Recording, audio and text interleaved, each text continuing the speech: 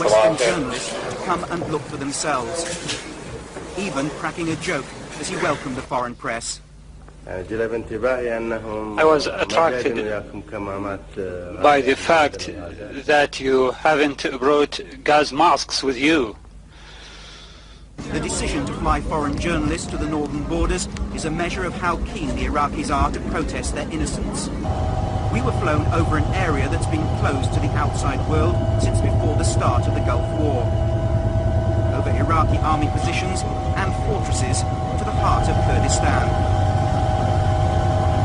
At the town of Suleimania, we were introduced to Kurdish warriors who fought with the Iraqi army against their rebellious countrymen, and to an understandably nervous rebel leader who'd been captured by the Iraqis and was now presented to answer that question about the alleged use of chemical weapons. What was his answer to that? Was he seen any evidence? He said, I haven't seen any evidence about the chemical weapon.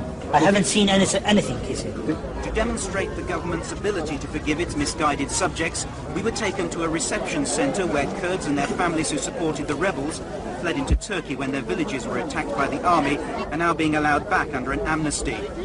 The arrival of food supplies, first these people had seen in days, they said, conveniently timed to coincide with the arrival of the world's press. We found no one willing to talk about chemical weapons or the loss of their homes, which was probably understandable under the constant scrutiny of the military.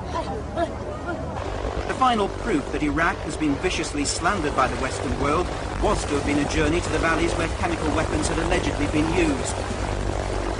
There were clear signs that the area had been subjected to some form of attack, but no obvious indication of chemical warfare.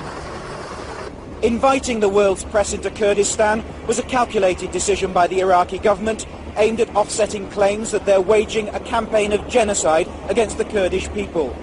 We've been presented with a very different image. There have been no complaints of, and no evidence of chemical weapons used here. However, the places we've been taken to, and the people we've met, have been very carefully selected. Anyone with a different story to tell would have great difficulty reaching us.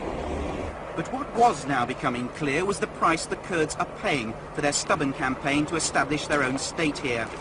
Settlement after settlement has been razed by the army. This village, 20 miles from the Turkish border, typical. Houses wrecked by aerial attack, then bulldozed to prevent the Kurds returning.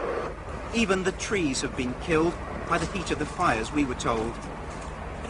In their efforts to deny using chemical weapons, the Iraqis have revealed a scorched earth program to remove the Kurdish tribes from their mountain homes.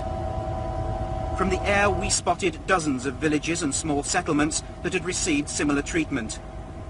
The valleys that have traditionally been the home of the hill tribes are now empty. The Iraqi governor admitted to us 200 villages have been destroyed in his province alone, removing a nuisance and ending a centuries-old way of life. Paul Davis, ITN, in northern Iraq.